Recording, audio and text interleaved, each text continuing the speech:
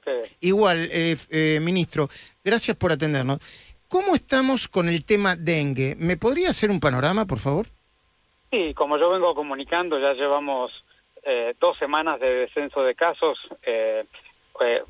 No hay que confundir los reportes nacionales que se hacen todos los domingos, que siempre vienen con una semana de demora, con lo que yo voy comunicando, que es lo que estoy viendo en la última semana, ¿no?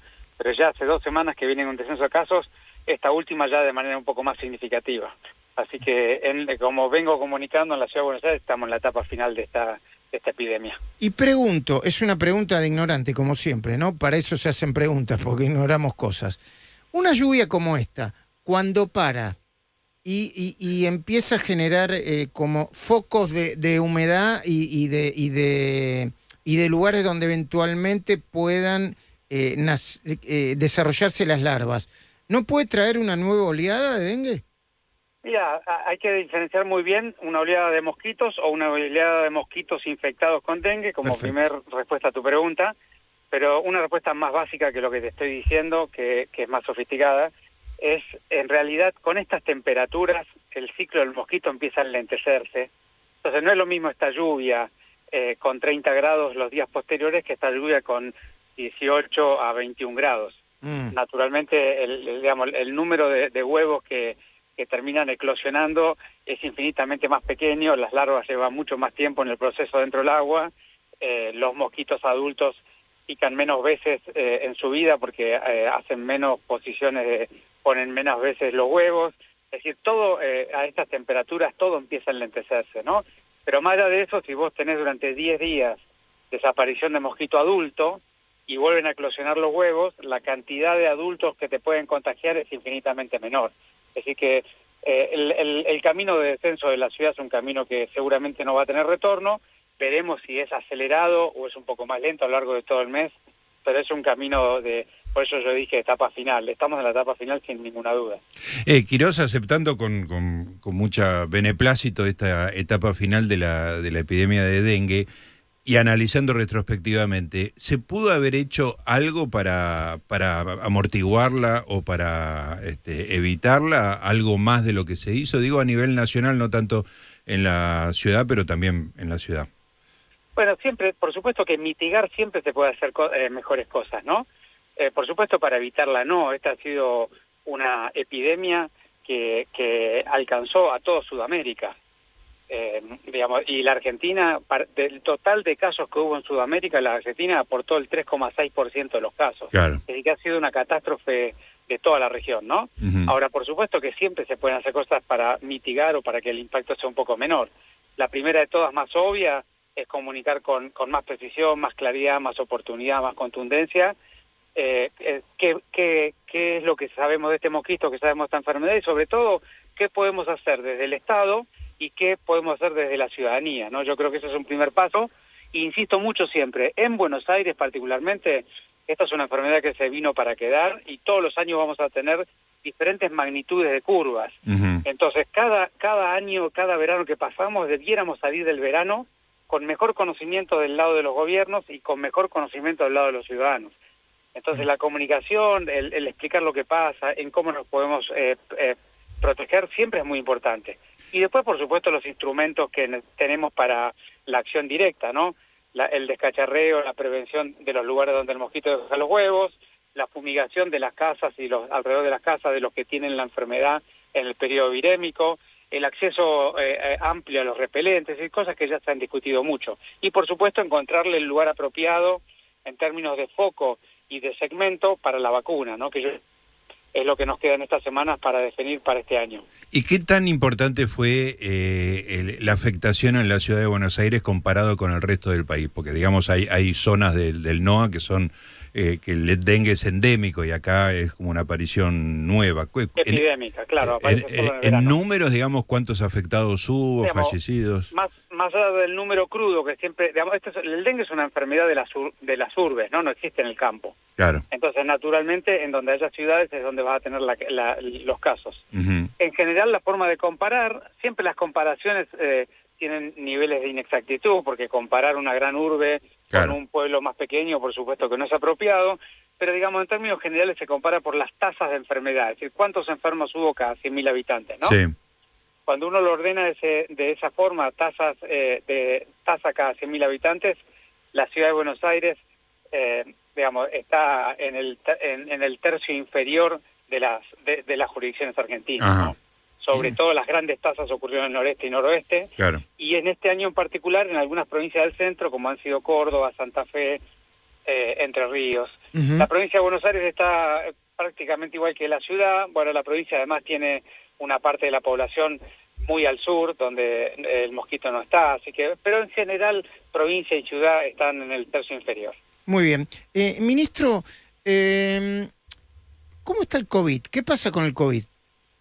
Bueno, el COVID, como ya venimos comunicando hace mucho tiempo, es otra enfermedad que vino para instalarse y periódicamente hace olas. Por supuesto que cada ola que hace el COVID deja por detrás una protección inmunológica a la ciudadanía que hace que la próxima sea un poquito menos embromada, ¿no? Entonces, habitualmente tenemos una ola que suele ocurrir en las fiestas y principio de enero, porque hay mucha interacción social, que ya la tuvimos en este año también. Otra ola suele ser en el principio del otoño, que es en este periodo, probablemente y medio tengamos una ola de casos en la ciudad, que se acompaña a la ola de la gripe. Y a veces, algunos años, tenemos una tercera ola que va ya por pleno invierno, salida del invierno, entre agosto y principio de septiembre. Esos son los tres momentos donde el COVID suele hacer olas en la ciudad de Buenos Aires. Por eso nosotros insistimos tanto. Yo estoy yendo ahora, en este momento, a un vacunatorio para de alguna manera comunicar y presentar la campaña de vacunación antigripal, que se puede perfectamente coadministrar, es decir, te puedes vacunar para la gripe y para el COVID en el mismo momento. Y estamos recomendando que todos los que tengan más de un año de su última vacuna o que tengan factores de riesgo y tengan menos de 6 meses de su última vacuna del COVID, que efectivamente se la apliquen con la de la gripe ahora, ¿no? ¿Y hay vacunatorios habilitados, y pregunto, de manera gratuita o son vacunas que hay que pagar? No, la vacuna que están en el calendario, como la gripe, como el COVID, son gratuitas.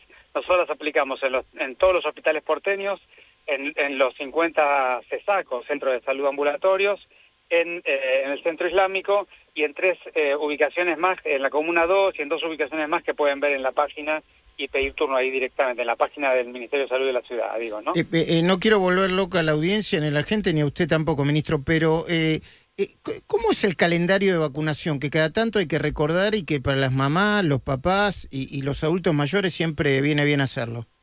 Bueno, el calendario es bastante extensivo, pero yo diría, en esta época del año hay que ponerle foco a la vacuna antigripal, a la vacuna del COVID, a la vacuna de la neumonía para aquellos grupos que tengan indicado. Después, si querés, revisamos cuáles son, o si querés, revisémoslo rápido porque estamos en el periodo de estas vacunas. Por favor. Para la gripe es las embarazadas o, si no se vacunaron en embarazo, las mujeres en periodo de puerperio.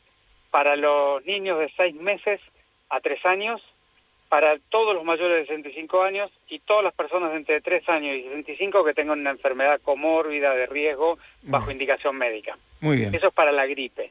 Okay. Y luego están las vacunaciones de los niños, ¿no? Que después del periodo del COVID se ha descendido casi 10 puntos la tasa de vacunación de la triple viral, la triple bacteriana, la doble de adultos, en fin. Hay algunas vacunas, pero sobre todo tener en la cabeza la vacuna del sarampión, que es tan importante y tenemos que mantener a la Argentina libre de la circulación de ese virus tan molesto, ¿no? Muy bien. Y déjeme hacerle una última pregunta más de fondo, ¿no? Lo quiero escuchar con atención. Estamos hablando con el ministro de Salud de la Ciudad de Buenos Aires.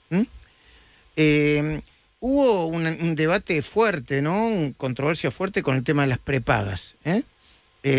Voy a leer el título de Clarín, que es el último que apareció. Todavía no me metí en La Nación, pero lo voy a hacer en un ratito. Subas de hasta 160% este año. Prepagas, el gobierno pedirá a la justicia frenar los aumentos y denunciará a Velocopit por supuesta cartelización. ¿Cuál es su mirada sobre el tema? Su mirada general y sobre este caso en particular. Cómo no, perdóname porque me olvidé una vacuna importante de esta época. Por supuesto, perdón, sí. Embarazadas de 32 a 36 semanas la vacuna para la bronquiolitis, ¿no? Que la mamá le pasa los anticuerpos al niño y con la leche materna también, y así bajamos la bronquiolitis de este otoño-invierno. Muy bien, embarazada de 32 a 36 semanas y vacuna contra la bronquiolitis, perfecto. Bueno, voy ahora a tu pregunta. Todos los sistemas de salud del mundo tienen regulación gubernamental, es decir, la salud es un ámbito que no puede ser liberada plenamente al mercado. Hay muchos lugares donde hay salud privada, pero hay reglas y supervisiones gubernamentales.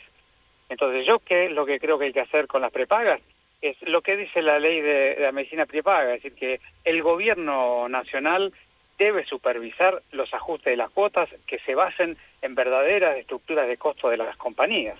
Pero eso sería control de precios, ¿no? Sería contrario a todo... No estoy hablando de control de precios, simplemente la justificación en base a la estructura de costos, sobre todo cuando los movimientos de los precios son tan desacomodados en relación a la inflación del periodo, es justificación, explicación de la estructura de costos. Y eso es una mesa de diálogo, eso no es control de precios. Yo no creo en el control de precios. Está bien, usted plantea, está bien, porque sería una de las normas de defensa de la competencia, ¿no? Mire, obviamente, está dentro de la normativa actual, es perfecto, digamos, ustedes han ajustado 30 o 35% por arriba de la inflación del periodo. Por favor, ábranme su estructura de costos y expliquen por qué. Y la medicina prepaga tendrá que explicar por qué, y si la justificación es apropiada, después el Estado discutirá cuál es la velocidad que se puede hacer ese ajuste, o si apoya o acompaña de alguna manera para que el ajuste no impacte tanto en la gente. En fin, después está la discusión del Estado cómo colabora con la problemática que tenga el sector. Pero lo primero es definir claramente la estructura de costos y estar seguro de que las propuestas de precios tengan que ver con verdadera estructura de costos del sistema. Ok, ¿y usted cree que durante la pandemia los hospitales, hablemos, no sé, de la ciudad hasta que es donde conoce, ¿no?